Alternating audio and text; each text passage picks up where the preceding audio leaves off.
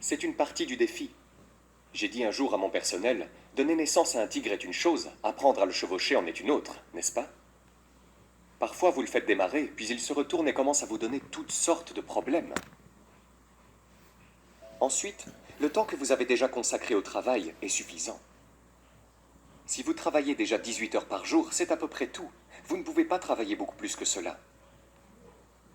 Vous pouvez travailler 12, 14, 16 heures, n'est-ce pas? Et je suis sûr que nous avons tous appris à faire ça, à faire des heures supplémentaires. Mais au bout d'un moment, vous devez mettre votre vie en équilibre, ou votre santé est en danger, et votre cœur est en danger, votre pression sanguine est en danger, et beaucoup de choses, si vous ne restez pas en équilibre. Donc vous n'avez pas besoin de faire plus d'heures, probablement. Tout ce que vous avez à faire, c'est de mieux utiliser vos heures. Un cliché que nous avons tous entendu, ce n'est pas le nombre d'heures que vous faites, c'est ce que vous faites des heures qui comptent. Maintenant, vous avez également besoin d'un ensemble d'objectifs écrits, d'une gestion du temps essentielle, de priorités, d'un bon plan pour les 10 prochaines années surtout, de certaines des choses que vous voulez accomplir.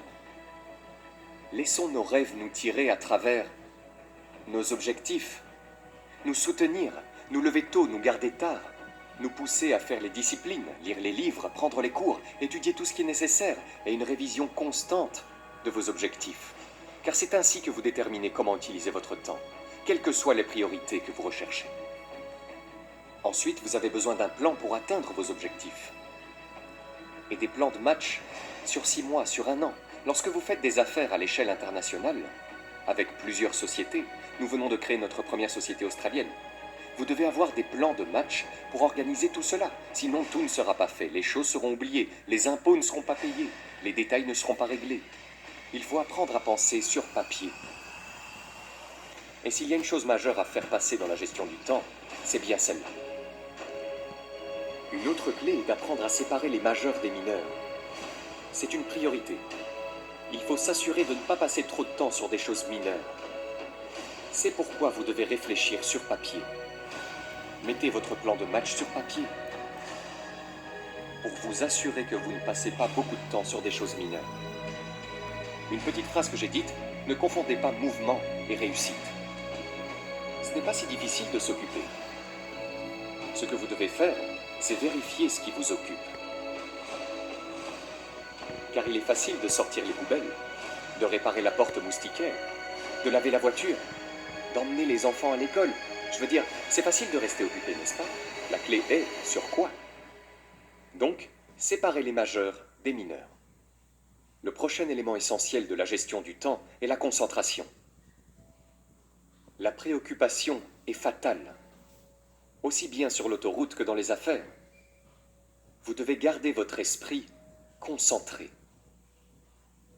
J'ai une petite règle qui dit « Ne commencez pas votre journée de travail avant d'être au bureau ». J'avais l'habitude de commencer ma journée de travail sous la douche ou à la table du petit déjeuner, et ça a tout gâché.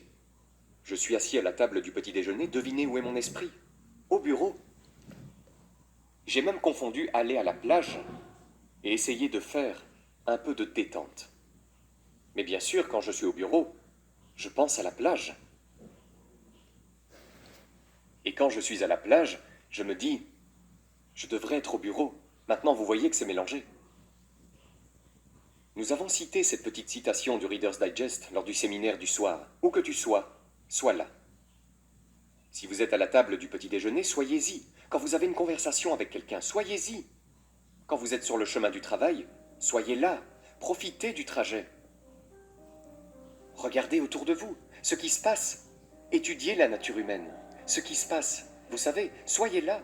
Puis quand vous arrivez au bureau, soyez-y présent. Le prochain élément essentiel de la gestion du temps est d'apprendre à dire non. Il est facile de surcharger votre agenda, de vous mettre dans toutes sortes de problèmes de gestion du temps, simplement parce que vous n'avez pas eu la force de dire non quand vous auriez dû le faire.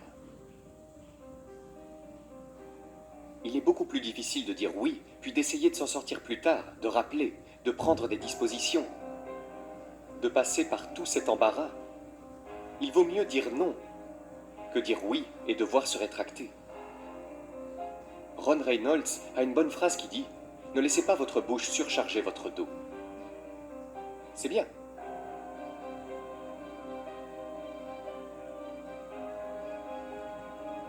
Le prochain point essentiel de la gestion du temps est le suivant. Quand tu travailles, travaille. Quand tu joues, joue.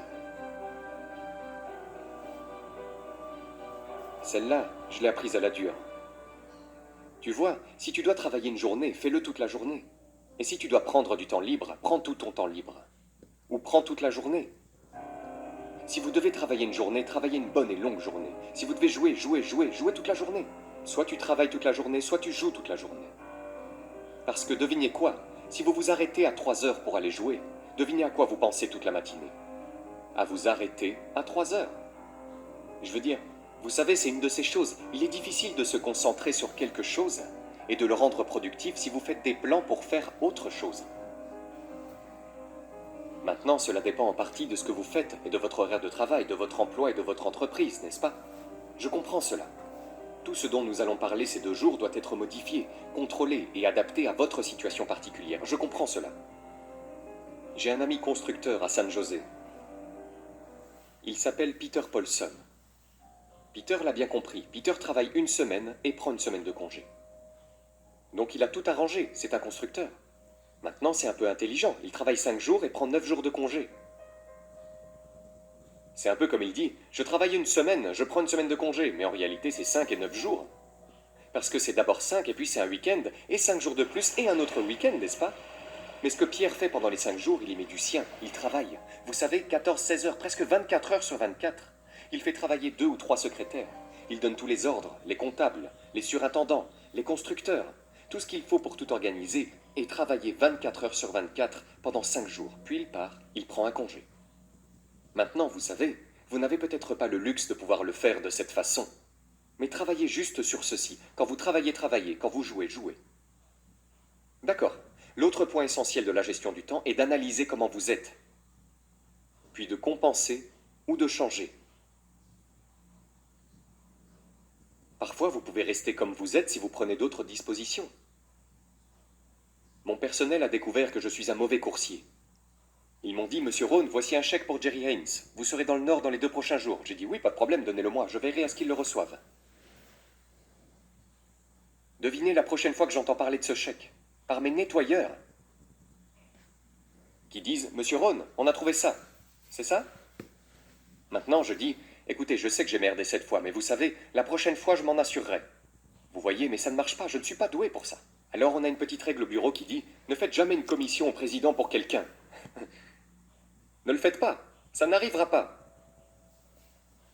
Vous savez, il peut bien parler, mais c'est un mauvais coursier. Ça n'arrivera pas. Donc tu dois juste analyser comment tu es, et ensuite faire des compensations pour ça. Vous pouvez promettre de changer autant que vous voulez, mais si vous ne le faites pas, prenez d'autres dispositions. J'ai finalement trouvé quelqu'un pour m'aider à lire les états financiers et à m'occuper de beaucoup d'affaires et de questions d'entreprise que j'avais promis de faire moi-même, mais que je n'ai jamais réussi à faire.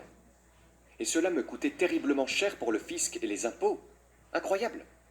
Mais j'ai finalement trouvé quelqu'un pour s'en occuper. Donc si vous ne changez pas, si vous ne le faites pas même si vous vous le promettez année après année, prenez des dispositions pour que cela soit fait. Donc analysez comment vous êtes. Vous savez, si vous êtes doué pour la comptabilité, alors tenez votre livre comptable. Si vous ne l'êtes pas, ne continuez pas à faire des promesses. Déposez tout ce qui vous manque, vous savez, 2 fois par semaine ou 1 fois par mois sur les genoux de quelqu'un et dites « Tenez, trouvez une solution et je vous paierai pour le faire. » Parfois pour 100 $ par mois ou quelque chose comme 50 $ par mois. Quelqu'un va calculer beaucoup de choses pour. Vous vous épargnez tout le chagrin de promettre et ne jamais le faire. Donc analysez comment vous êtes, c'est très important. Le prochain point essentiel de la gestion du temps est de se méfier du téléphone. Attention. Attention au téléphone. Un outil utile, mais qui peut aussi vous attirer des ennuis. Vous devez donc faire attention au téléphone en matière de gestion du temps. Voici une façon d'utiliser le téléphone. Assurez-vous de faire un ordre du jour avant de passer un appel. Faites une petite liste de ce dont vous allez parler avant d'appeler. N'essayez pas de penser et de téléphoner sans réfléchir. Mais si vous n'avez pas cet ordre du jour, vous errez, vous vous promenez, vous parlez de toutes sortes de choses qui ne sont probablement pas essentielles. Et puis il y a ce moment où à la fin de la conversation téléphonique, vous dites « Voyons, Il y avait autre chose dont j'allais vous parler. Je n'y pense pas pour l'instant. Si j'y pense, je vous rappellerai. Vous voyez, vous êtes juste un grand gaspilleur de temps. Aussi, quand vous faites un agenda, c'est vraiment génial quand vous revenez pour vous rappeler la conversation. Rappelez-vous, nous avons parlé de ces 3 choses. Vous dites, non, nous n'en avons pas parlé. Vous dites bien, laissez-moi voir. Oh oui, c'est là dans mon journal. L'agenda de la conversation téléphonique. D'accord, donc utilisez le téléphone. Maintenant, vous devez être conscient du téléphone à la maison aussi. Vous pouvez avoir des appels professionnels à la maison, mais vous devez être très prudent. Le téléphone peut avoir une influence incroyablement perturbatrice sur la vie familiale, sociale et personnelle. Apprenez donc à le réguler. Il y a des téléphones maintenant, vous pouvez simplement les éteindre de sorte que lorsque quelqu'un appelle, on dirait que vous n'êtes pas là. Vous savez, le téléphone sonne, mais vous ne l'entendez pas. Je peux laisser le téléphone sonner, mais certaines personnes ne peuvent pas faire ça, n'est-ce pas? J'ai eu des gens chez moi, mon téléphone sonne, je les vois dire « Vous ne répondez pas au téléphone ?» J'ai dit « Non, on déjeune ou autre. » Alors tu dois répondre à ton téléphone. J'ai dit « Non, je dois pas. » Je lui ai fait répondre à mon téléphone. Ils disent « C'est pour toi. » J'ai dit « Bah j'imagine, oui. » Allez. L'essentiel suivant en matière de gestion du temps est d'avoir un certain temps pour résoudre les problèmes. On a trouvé ça utile, surtout dans le monde des affaires. On dit les problèmes après 15 heures. Il suffit de les mettre de côté. Maintenant, vous ne les ignorez pas, mais vous les mettez de côté dans un certain laps de temps. Tous les appels à problème, vous les rappelez après 15 heures et vous les passez en revue. Maintenant, en les mettant de côté jusque 3 heures, le problème arrive à 9 heures. Et vous dites, hé, à 15 heures, Monsieur Ron va prendre le téléphone et passer tous ses appels à problème. Il rappellera toutes ses réponses. Devinez ce qui se passe généralement entre 9 heures et 15 heures. Quelqu'un rappelle et dit, hé, dites-lui de ne pas appeler, on a déjà tout arrangé. Mais tu vois, si tu prends l'appel quand il arrive, bien sûr, maintenant tu dois passer du temps, Nous apprenons dans les formations de vente. Les gens posent tous des questions, posent des questions. Tu dis, hé, garde ça pour la formation suivante, amène cette question à la session prochaine. Vous apprenez juste ces trucs pour gagner du temps. Ainsi, vous n'avez pas à couvrir les mêmes choses avec chaque personne. Ok. La prochaine étape sur la gestion du temps est de lire tous les livres. Trouvez des idées sur la gestion du temps dans les livres. Il y a les livres de Bliss, McKay, Lacane. Parce que c'est là qu'on trouve les réponses. Parce que chacun a des situations sur mesure qui nécessitent des réponses différentes. Alors lisez-les tous. Tu sais, tout le monde a des trucs bizarres. Mais si tu es bizarre, fais des trucs bizarres, n'est-ce pas? Peu importe, lisez-les tous. L'essentiel suivant en matière de gestion du temps est d'être plus alerte. Une partie de la vigilance ne consiste pas seulement à savoir ce qui se passe, mais aussi à être attentif à toutes vos procédures actuelles. Vous avez peut-être des procédures anciennes, dépassées, des choses que vous faites depuis 5 ans, et qui vous prennent 10 heures au lieu d'une, n'est-ce pas? Vous pourriez les mettre sur ordinateur ou quelque chose que vous pourriez parcourir, parce qu'il est facile d'accumuler beaucoup de temps perdu, de mouvements perdus, en ne mettant pas à jour tout ce que vous faites. Vous savez, vous n'avez pas besoin d'utiliser la vieille machine. Vous n'avez plus besoin de l'utiliser. Les vieilles calculatrices, elles ont les trucs faciles et soignés, n'est-ce pas? Il suffit de passer en revue et de s'assurer que vous ne vous embourbez pas dans des trucs vieux et désuets qui vous font perdre beaucoup de temps. Et puis, soyez plus vigilants. Regardez ce qui se passe autour de vous. Dites, hé, je vais de là à là, et ça prend trop de temps. Dans la gestion des ventes, nous enseignons, ne traversez pas la ville avant d'avoir traversé la rue. Ont-ils entendu votre histoire de l'autre côté de la rue? Le gars dit, j'ai ce prospect show à 40 miles. Ça ne vaut probablement pas le coup. C'est trop loin, vous savez. La distance est trop longue. Il suffit de raccourcir la distance. Donc soyez attentifs à ce genre de perte de temps. De poser des questions.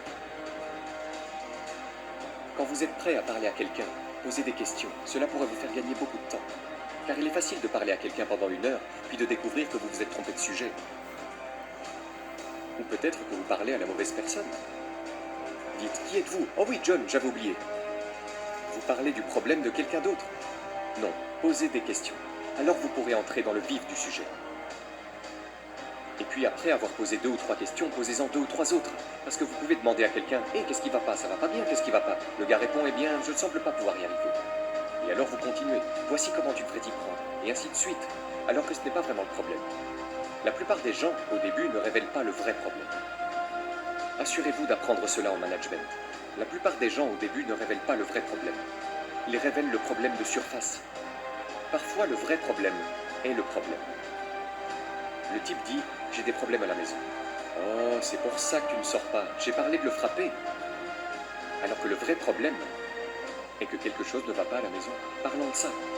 Vous voyez juste quelques questions. Et vous vous épargnez 1 heure. Vous vous épargnez de parler trop longtemps des mauvaises choses, juste en posant les questions.